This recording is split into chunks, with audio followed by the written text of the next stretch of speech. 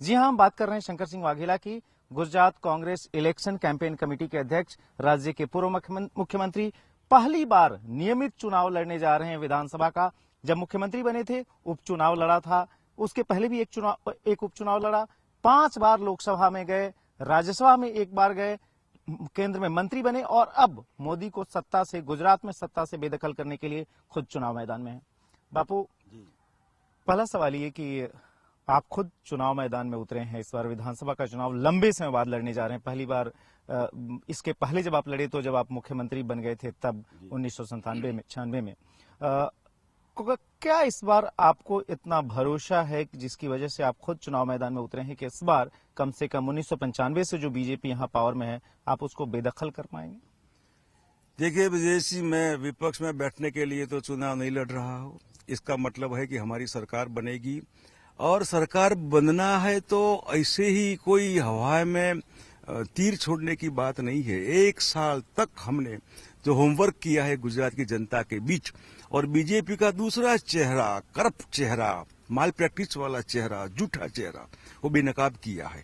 और कच्छ जो बीजेपी सरकार का करप्शन का एपी सेंटर रहा, वहां 1 साल पहले गुजरात की जनता को वहां इकट्ठा करके हमने कहा कि इलेक्शन कभी भी आएगा गुजरात में, हो सकता है बीजेपी जल्दी भी चुनाव लाए। उस समय इनका मामला डाउन हो रहा था और जो बातें हमने कही तो शायद जनता को मालूम नहीं था कि ये बीजेपी का दूसरा चेहरा है।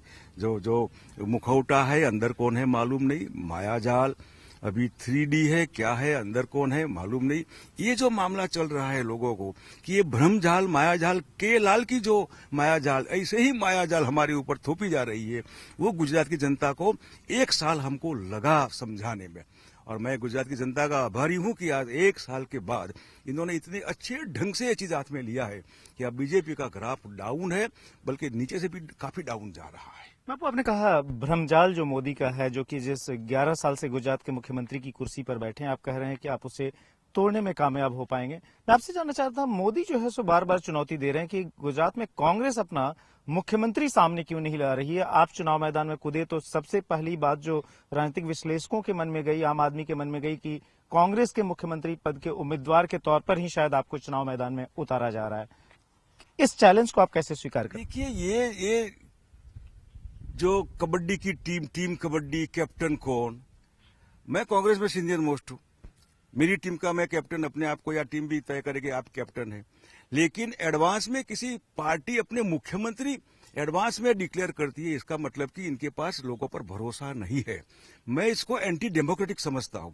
विधायकों को चुनने का राइट पब्लिक का है, वोटर्स का है।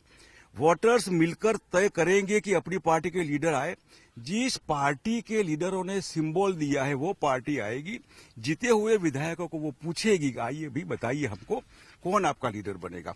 यानी कि वोटर्स का राइट विधायकों का राइट ऊपर जो है वो, इनका राइट कोई एक आदमी कैसे लेगा कि एक पार्टी कैसे कहेगी ये हमारे मुख्यमंत्री है।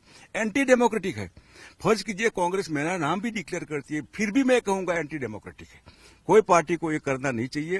वो वीकनेस होती है अपने आप की कि आप किसी के ऊपर, जैसे वाजपेयी का हमने भारतीय जनसंघ के दिनों में यूपी में मुख्यमंत्री बनेंगे, अरे क्या बात है। उस समय मैंने किया था कि एक पीएम की मटेरियल को आप सीएम बना रहे बिना मतलब का, और कुछ निकला नहीं।